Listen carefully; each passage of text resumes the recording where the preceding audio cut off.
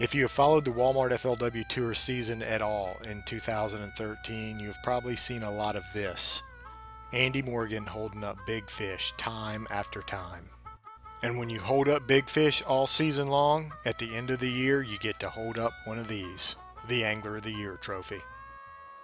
Congratulations to Andy Morgan. Andy, I know you've been after this 18 years out here, and I know you've wanted this title for a long time, but I'm thinking the fact that it waited till you could win it at home might have made it well worth the wait. How fitting is it you get to win at home? There's no doubt about it. I mean, it is just pure sugar. It is just it's sweet home.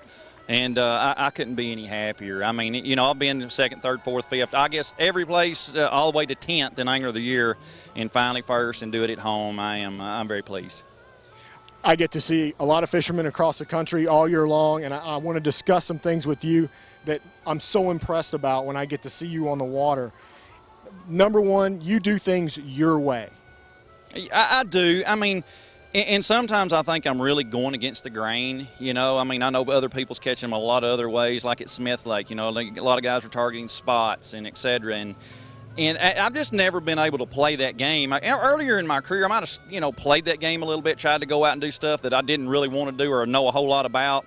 You know, as I grew a little older and kind of figured things out a little better, I just, you know, I do it my way, and sometimes that's going against the grain, but that just fits my style better. I want to know how you eliminate the distraction. Like, you know, you come here at your home lake. Mark Rose is a TVA guy here. How do you not want to go, I want to go down there and fish for those schools, you know? Or if there's sight fish on bed, I got to go do that because that's what's going to win. You never seem to get pulled away like that. I usually try to find the best fishing that fits me away from people. You know, and a lot of times I don't get away with that. I have to go fish in the crowd and around people. But here at home, I didn't have to do that. Grand, I really didn't have to do that, other than Jason Christie. You know how that turned out. But anyway, I don't like to fish in those crowds, and I knew those ledge spots. I knew the places those guys were catching them. I mean, hell, I fished them for years, and actually we've got names for all those holes. They're like individual names. But anyway, I just knew not to go down there and get in that melee. I saw the videos, and I saw 4 or 5 boats sitting on one spot. That's not my game. This year, one of the things I'm thinking that kind of helped you, I'm not saying it's all due to this, but we did have a high water year. That tends to kind of favor your game. No doubt about it. You know, once we got into the rainy season and it just kept coming everywhere we went, it just kept raining and raining and raining. You know, Smith was high. The only thing that was low was beaver, and that's the one that I really struggled in. You know, it was an Alabama rig deal, and I tried to kind of push it and go against the grain there, and that didn't work out for me. But the rest of them, it was just pretty cut and dry. We had some high water and had some shallow fish, and I was able to work on them.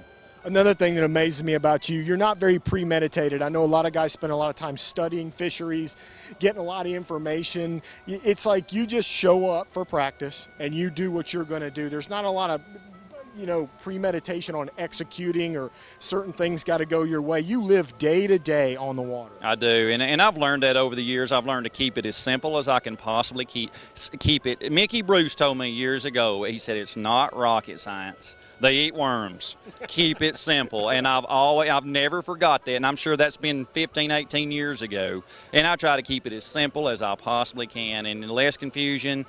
Premeditated, that never works out if you got premeditated ideas, and I just go from day to day. And I mean, you really fishing, you fish from minute to minute, hour to hour, because things change. It's in the wild. It changes constantly. You've told me many times, in the morning I don't know where I'm going. And I know you really, a lot of times you really don't know. It's just you feel your way into it. Right, and you know, and we get beat up, and I know Thrift does, Luke does. I mean, a lot of times I don't catch them in practice. I don't know what I'm capable of catching. If I get around some fish, I kind of figure it out a little bit, then I'm leaving. I'm not sticking around. I don't want people to see me, and I don't want to stick those fish. And I won't, maybe that doesn't hurt anything, but I want the confidence that the area is fresh. If I get a bite going up a stretch of bank, I'm going to leave the last 100 yards. That's fresh to me. I like to keep things fresh, and I like to keep it minute to minute, and that really seems to help my mind. One last thing for the folks back home. Any one lure this year? I'm not looking for anything that you caught 90% of your fish on, but something you can think about where you needed a clutch fish, kind of a last minute deal, or you know, one lure that that kind of has been your go-to kind of thing? You know, I guess I've caught more on a jig this year than I have in the previous 5 years. I know we had a discussion 4 or 5 years ago that jig fishing got to be conditional. It's like a spinnerbait. You had to have the perfect day to catch them on a jig. Well, this year I caught them on it pretty good. I caught them on a war eagle jig, and I had some really good catches on that this year. And I guess that's kind of what pulled it out for me. Just the way you like to fish. That's my favorite. Congratulations, Andy. Thanks, Rob.